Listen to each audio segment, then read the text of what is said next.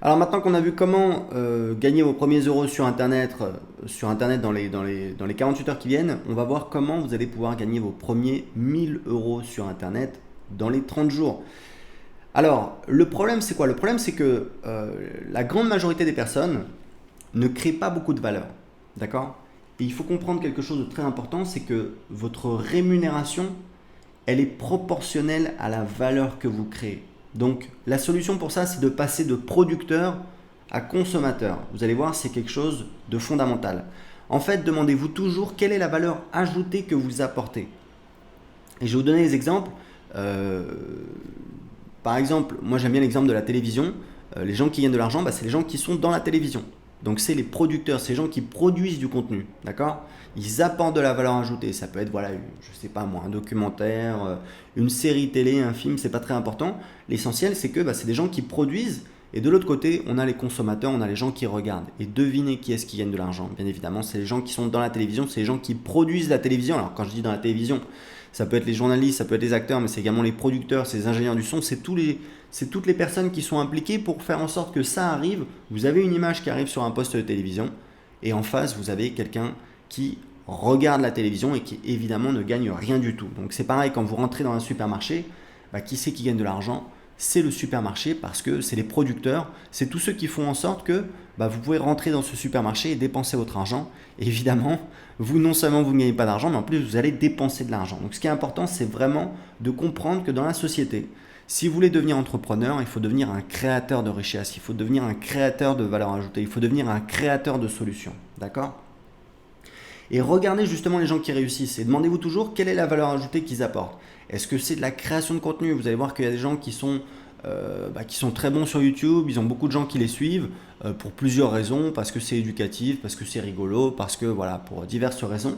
Mais en attendant, ces gens-là, ils ont apporté de la valeur, ils ont publié des vidéos que certaines personnes veulent regarder, et donc aujourd'hui, ils gagnent de l'argent. Ça peut être le marketing, ça peut être des gens qui créent des produits, ça peut être des consultants marketing, des gens qui aident les gens avec leur marketing, ça peut être des gens qui aident les gens avec leur publicité Facebook. Vous voyez, il y a énormément de possibilités, mais encore une fois, il faut apporter de la valeur. Ça peut être un réseau de partenaires. Il y a des gens qui sont forts pour rencontrer les gens, sympathiser avec les gens, devenir ami avec eux. Moi, j'étais très fort là-dedans. J'ai eu énormément de partenaires. Aujourd'hui, j'ai des partenaires, j'ai des affiliés, mais c'est plus l'essentiel de mon business aujourd'hui. Mais vous pouvez devenir très très bon là-dedans, vous spécialiser là-dedans.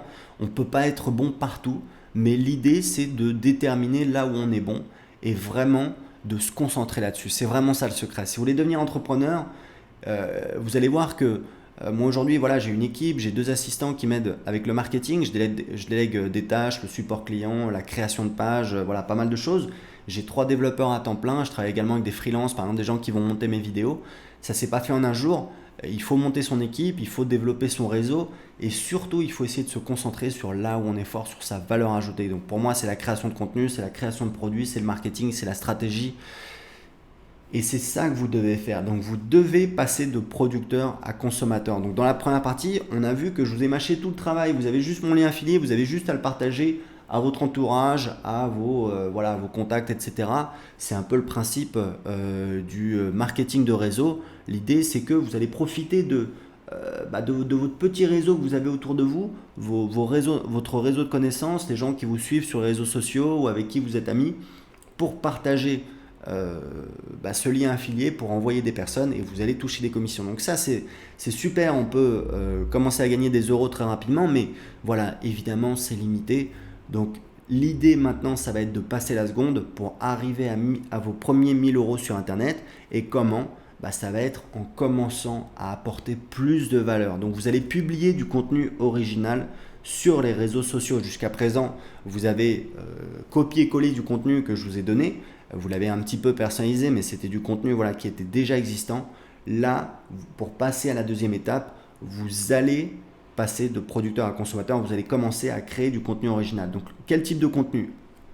Ça peut être de la motivation, ça peut être du développement personnel, ça peut être sur l'entrepreneuriat. L'idée, ça va être de chercher des contenus qui marchent et de publier du contenu similaire. Il n'y a pas besoin de réinventer la roue. Il y a certainement des gens avant vous qui sont arrivés et qui ont publié du contenu et qui ont du succès. Donc c'est très simple, ce que vous allez à faire, c'est de chercher du contenu qui fonctionne bien. Il y a des contenus qui sont naturellement partagés par les gens, commentés, likés. L'idée, ça va être de trouver des contenus qui fonctionnent bien et de publier du contenu similaire. Alors, évidemment, pas de copier, mais de publier du contenu similaire. Ça peut être au niveau de l'angle, ça peut être au niveau du contenu, ça peut être au niveau de l'approche, ça peut être au niveau du design. Ça dépend évidemment du support sur lequel vous publiez votre contenu. Mais l'idée, ça va être, on n'a pas besoin de réinventer la roue. On va prendre du contenu qui fonctionne et on va publier du contenu similaire. Donc, important. Ajoutez toujours, alors quand je dis toujours, c'est évidemment, faut s'adapter, mais dans la majorité des cas, ajoutez toujours un appel à l'action avec votre lien affilié. Par exemple, cliquez ici pour recevoir gratuitement le livre Je gagne ma vie avec mon blog pour créer votre business sur Internet. Voilà. L'idée, c'est d'avoir un appel à l'action. Je sais que ce n'est pas quelque chose d'instinctif, hein, quand on n'est pas un marketeur, on n'a pas l'habitude de faire ça. Mais croyez-moi, si vous voulez avoir des résultats, il faut être directif. C'est à vous de dire ce qu'il faut faire. Les gens ne savent pas, donc c'est à vous de dire, donc il faut être directif.